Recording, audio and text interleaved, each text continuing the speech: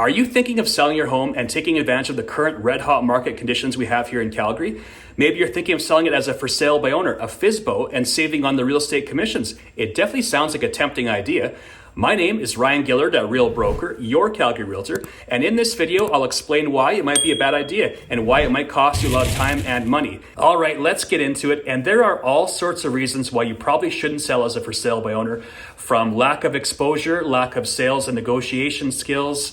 There are legal complexities. There are pricing issues. It could be quite time consuming as well.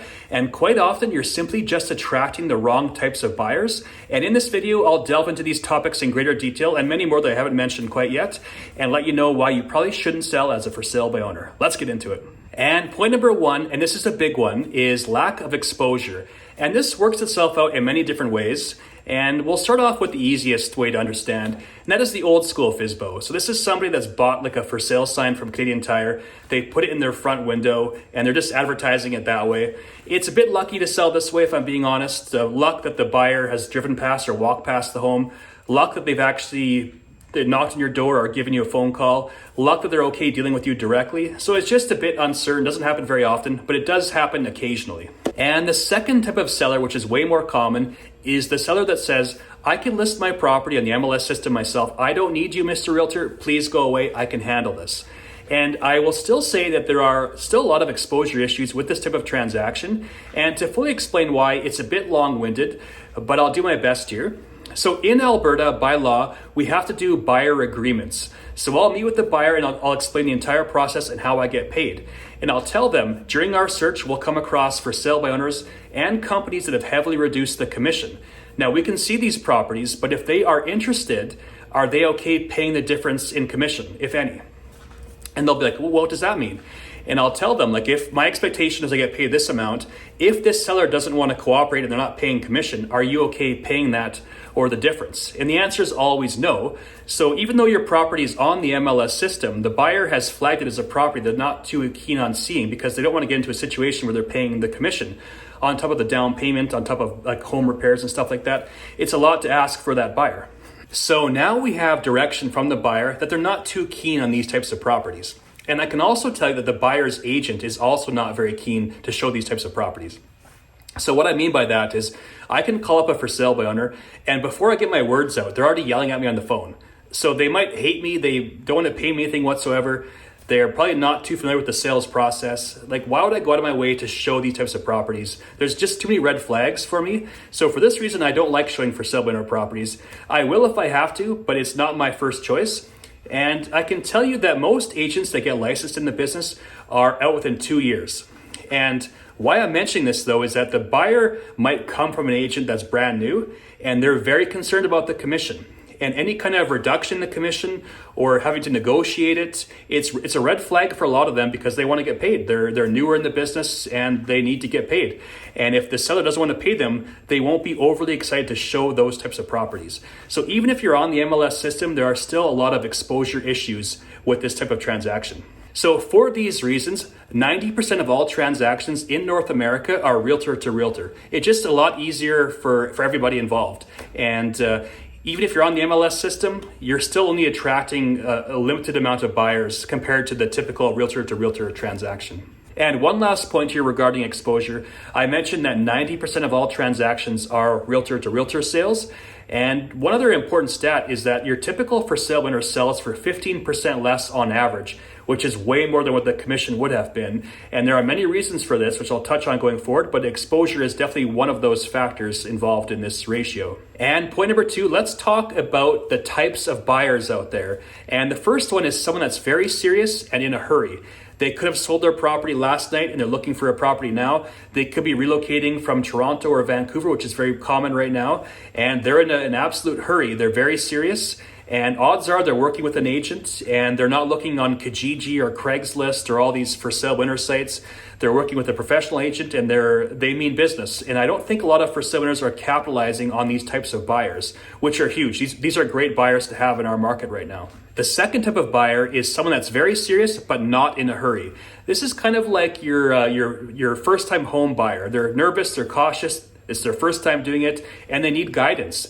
odds are these buyers aren't going directly to a for sale by owner. They want someone to kind of hold their hand and walk them through the process. And I'll tell you right now, you're not capitalizing on these types of buyers as a for sale by owner.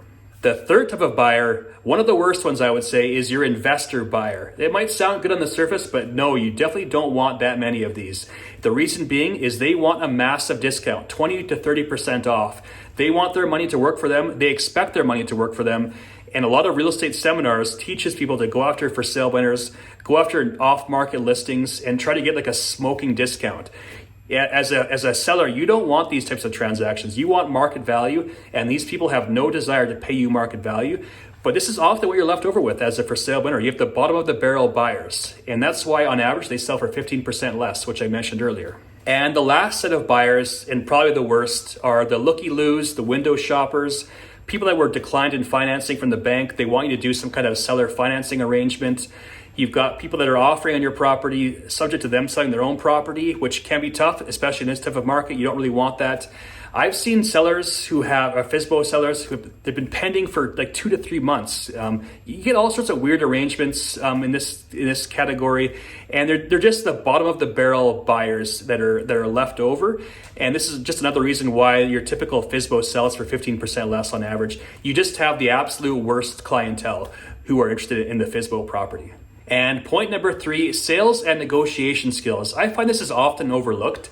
And why would you hire a rookie to sell your property? If you think about it, it is like your single most important asset for most people. And why would you handle it yourself or let some rookie handle it? And like, I'll be honest, if you haven't sold like 100 properties, you probably are not that experienced in real estate. And I would say that most homeowners are definitely not in that category. It's like everything else in the world, you need to have experience to really understand the job.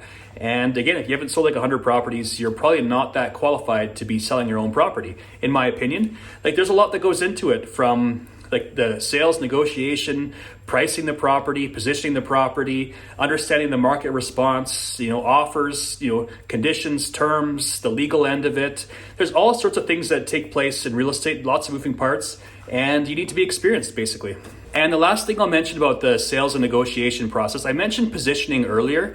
And say, for example, that you're a FSBO, you list your property for $500,000 and you take an offer of, say, $490,000, $495,000. Sounds great. You've saved on some commission, but not really. Because in our current market, if you were to list with a full service company, great photos, I've seen offers $100,000 over list price unconditionally in our current market.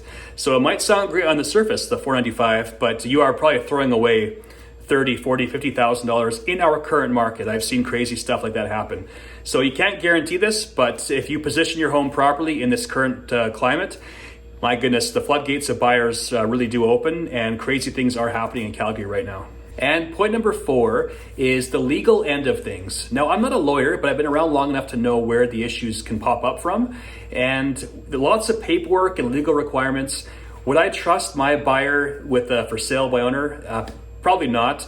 There's all sorts of issues that can pop up, and everything is the realtor's fault. So I'm putting myself at risk when I bring a buyer to a for sale by owner. So I'm not overly keen on doing that because, again, I don't want to get into trouble because the seller can lie. Buyers and sellers both lie about things, and the seller might not know what they have to do in terms of disclosures. Are there material latent defects? There are issues like that. They're unfamiliar with the paperwork and the process and what they have to disclose, what they can't disclose, just stuff like that. It puts me at risk by bringing my buyers to a for sale by owner transaction. So I'd rather not do it if I don't have to. And one last thing to mention about the legal end of things is that if you're a homeowner and you hire a listing agent, you're actually offloading some of your responsibility to the listing agent. So it actually benefits you, not all of it, but some of it. And so that the agent has an obligation to look after your best interest to make sure everything is done correctly. So it actually protects yourself by hiring a listing agent. So just one last point on why you should hire a real estate agent. And the last point here is the time and effort involved in selling as a for sale bidder. It just takes way longer and you get less money in the end. So when I'm out there showing properties to buyers, the first words out of their mouth typically are, how long has this property been on the market? And if it's been a long time, those buyers are offering less money than if it were a brand new listing. That's just the way it works in real estate. Long days in the market mean less money for sellers. And for sale bidders are typically on the market for a very long time. I look at my dad, for instance. He was a for sale bidder on Vancouver Island. For like 2 years, he was selling it privately. He eventually hired a listing agent and he sold it like one day on the market. That should tell you all you need to know about the for sale by owner route versus the classic listing agent route. It's just way easier. And if you're in the market for 8 months as a FSBO, like just think about keeping your home in show condition for 8 months or leaving on short notice at awkward times of the day to let buyers into your property and do that for 8 months and then accept less money in the end. It's just not worth it. And the last point on time and effort and the money involved is this was a common thing that I noticed back from 2015 to 2020 in like our balanced and buyer's market days of Calgary. Much different market than it is today. And I'd see a for sale winner come on the market at say $500,000. And it might have been the right price, but again, there's lack of exposure and it didn't sell. At that time, the market was dropping every month. So they were on the market 6 months, it didn't sell at $500,000. They get fed up and they hire a listing agent. But now the price went from $500,000 to $575,000. Now they're paying the full commission at a reduced price, and now it's going to sell, and it just costs them more money. Again, this is why that your typical FSBO sells for 15% less on average. They're just there's so many variables that are not working in their favor, basically. Well, there you have it. That's my take on if you should sell as a for sale by owner. You know, theoretically, you can save a lot of money by selling it yourself, but in reality, it doesn't always work out that way, and it costs a lot of people a lot of time and money, and for that reason, I would not sell as a for sale by owner. Thank you so much for watching, and if you are out there watching this and you could use some help buying, selling, or relocating to Calgary, I'd love to help you out. Thanks again for watching, and have a great day, and I'll see you in the next video.